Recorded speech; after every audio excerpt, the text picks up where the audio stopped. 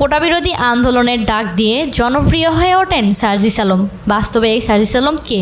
সার্জিস আলম হলেন বাংলাদেশের আন্দোলনকর্মী ও কোটা সংস্কার আন্দোলনের অন্যতম সমন্বয়ক নেতা। তিনি বৈষম্য বিরোধী ছাত্র আন্দোলনের সমন্বয়ক। বৈষম্য বিরোধী ছাত্র আন্দোলনের মাধ্যমে ও গণমাধ্যমের মাধ্যমে সাধারণ মানুষের নজরে আসে ঢাবির ছাত্র সার্জিস আলম। সার্জিস আলম 2 জুলাই 1998 সালে পঞ্চগড় জেলায় আটুরিয়া উপজেলায় জন্মগ্রহণ করেন। তিনি BAF শাইন কলেজ থেকে HSC পাশ করেন। এরপর 2017 সাল থেকে ঢাকা বিশ্ববিদ্যালয়ে প্রাণিবিদ্যা বিষয়ে অনার্স ও মাস্টার্স সম্পন্ন করেন।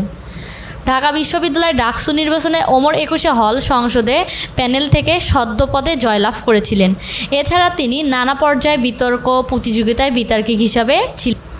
সার্জিস ছাত্র আন্দোলনের একজন অন্যতম সমন্বয়ক ছিলেন। সরকারি চাকরিতে কোটার বিরোধিতা করে গড়ে ওঠা ছাত্র আন্দোলন। ব্যক্তিত্ব জীবন: তার বাবা আখতারুজ্জামান সাজু ও মা বাখেরা বেগম। 2 ভাইয়ের মধ্যে সার্জিস আলম বড়, তার ছোট ভাই শাহাদত হোসেন সাকিব।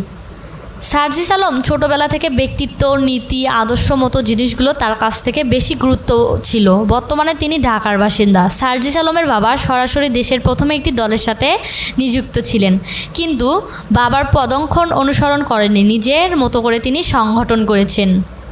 সার্জিস আলমের সবচেয়ে বড় পরিচয় হচ্ছে তিনি ঢাকা বিশ্ববিদ্যালয়ের ডিবোর্ডিং সোসাইটির একজন বিতর্কিক ছিলেন। তিনি এই সংগঠন থেকে অনেক বিতর্ক প্রতিযোগিতায় অংশগ্রহণ করেছিলেন। বৈষম্য বিরোধী ছাত্র আন্দোলনের অন্যতম সমন্বয়ক নেতা নাহিদ ইসলামকে যখন পুলিশে আটক করে, তখন অন্য সমন্বয়কদেরকে নিয়ে শক্ত হাতে সার্জিস আলম নেতৃত্ব দেন। অবশেষে পতন ঘটে এই স্বৈরশাসক হাসিনা সরকারের।